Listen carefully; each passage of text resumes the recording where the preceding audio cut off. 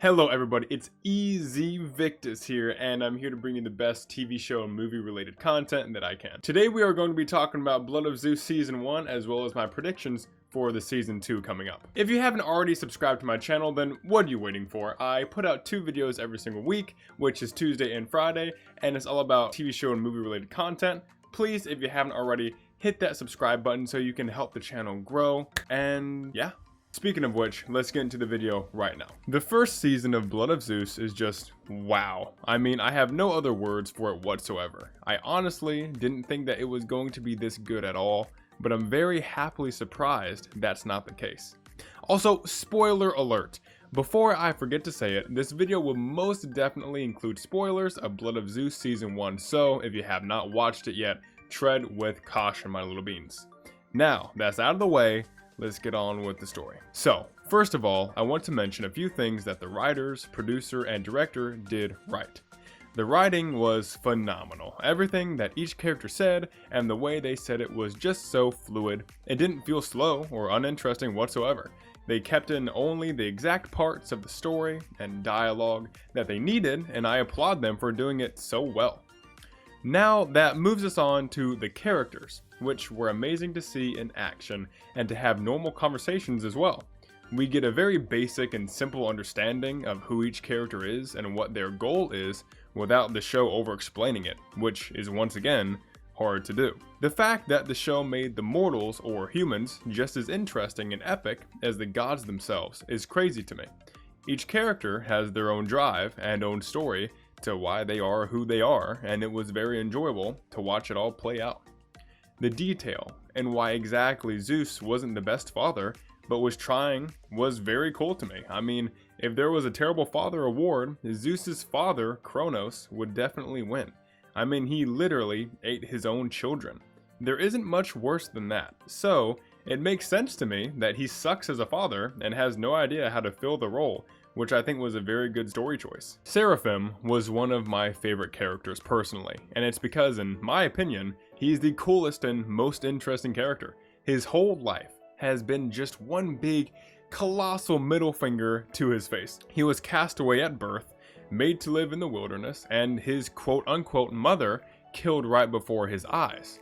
The story and basis around his revenge made us root for him a little bit. We understood how he could feel the way that he does, and why he will stop at nothing to kill his own mother's killer as well as the killer's sons. And oh my god, my jaw dropped when we figured out that he was the one who killed his own mother. That was terrible, but so well executed. Heron's journey was one I was glad to be on also. He was an understandable, real, and honestly very faulty character who had to find his own path to becoming who he truly was meant to be. He didn't get everything on the first try, and actually failed way more times than he succeeded. This makes us, aka the audience, love him even more so. For the fact that he's just like any other person. He's not perfect. I think we all know or knew that Hera was going to be the one pulling the strings even before this season came out. I mean, whenever Zeus has a bastard son, who is there to ruin its life? Hera, of course. There's no one better at the job. Hera's character was done very well also, her anger and feeling quite understandable to us, due to Zeus's actions being so outworldly. I mean, she's pretty good looking. The way Hera sowed discord between the gods was quite cool also. She shook different gods' image of Zeus to turn them over to her side whenever the final battle took place, and let me just say, this final battle did not disappoint. Well, not all of it anyways. The fact that Zeus died for Hera was kind of heroic, and also sort of like an apology to who he was and a remembrance to who he used to be.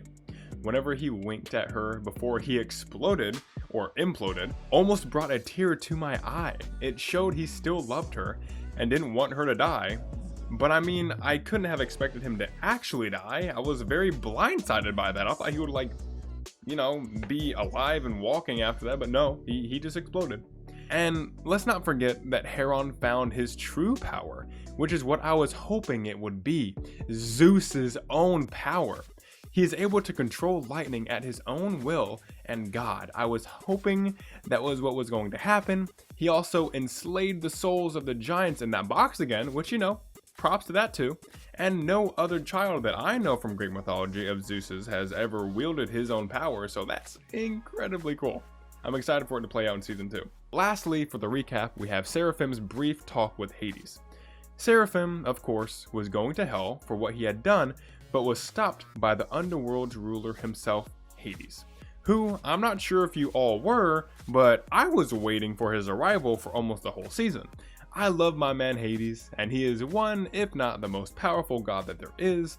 I wanted to see that boy in action. Seraphim was told that he wouldn't need to perish in the underworld if he would only do as he says and kneel, which, if you're paying attention, is one of his own pet peeves. Now we have an opening to season 2. Let's go ahead and talk about it. There, of course, will be a slight power change in Olympus due to Zeus being presumably dead, and Hera being nowhere to be found. This, in my opinion, could only go one certain way. I believe that Hades, who is tasked to the underworld by Zeus himself, will go to Olympus and challenge his brother Poseidon for the throne. I don't know if you all are familiar with the underworld, but it takes a hell of a god to be in charge of eternal damnation. I think if Poseidon were to get into a one-on-one fight with Hades himself, that he would lose. Thus, Hades being in control of Olympus for the time being. Or Hades could just summon an army of the undead and damned souls to help him win the fight, which would be really cool to watch also, so I'm down for either or. Seraphim will definitely be a secondary character, I think so anyway, and I think he will be tasked at first by Hades to finish the job of killing Heron, which I think he will go try and do, but end up being beaten and bribed to help Heron defeat Hades instead, which is actually a good deal for Seraphim, who doesn't want to be under the foot of anyone or any god at all. Hera's presence also is one I'm not so sure about. I don't know if she will return and try to help Hades, or maybe she's had her time in the sun and wants to help out Heron now that he is the only one that possesses Zeus's power of lightning, so I'm not sure about that one. But this would be a big help in conquering Hades. If you remember, Zeus forced Hades down into the underworld long ago, meaning that he did so with his own power. If Heron keeps getting stronger and learning how to control his lightning abilities, he'll be a very big hindrance to Hades' plan of Olympus domination. There are a few outliers that are somewhat uncertain, as in which gods will help Hades and which gods will oppose. I think the sides will be pretty similar to who is on Zeus's and Hera's side from before, as in, you know, Ares on Hades' side, with Apollo, Hermes, etc. on Heron's side. Now, to tackle what I think is the biggest question, what will become of the giants? I don't honestly think that they will choose to have the giants return.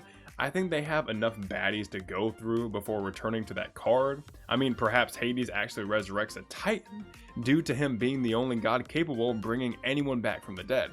Maybe he has been hiding Cronus' soul for some time, or goes to Tartarus to find it, and wants to unleash actual hell to the world once again.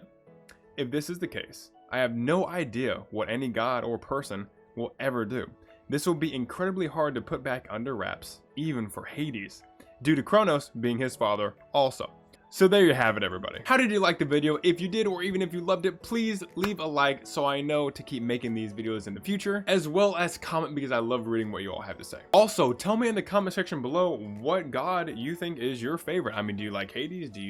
Heron's not a god right now, but if you love Hera, etc., who do you like? Let me know in the comment section down below. Make sure you stay notified when my next video comes out by clicking my big old noggin right here to subscribe. I post new videos every Tuesday and Friday about TV show and movie related content. Also, hit this video right here where I describe what happened to Mako after the series ended in Legend of Korra. Everyone, thank you so much for watching my video. I really appreciate it. Have a great day and stay safe.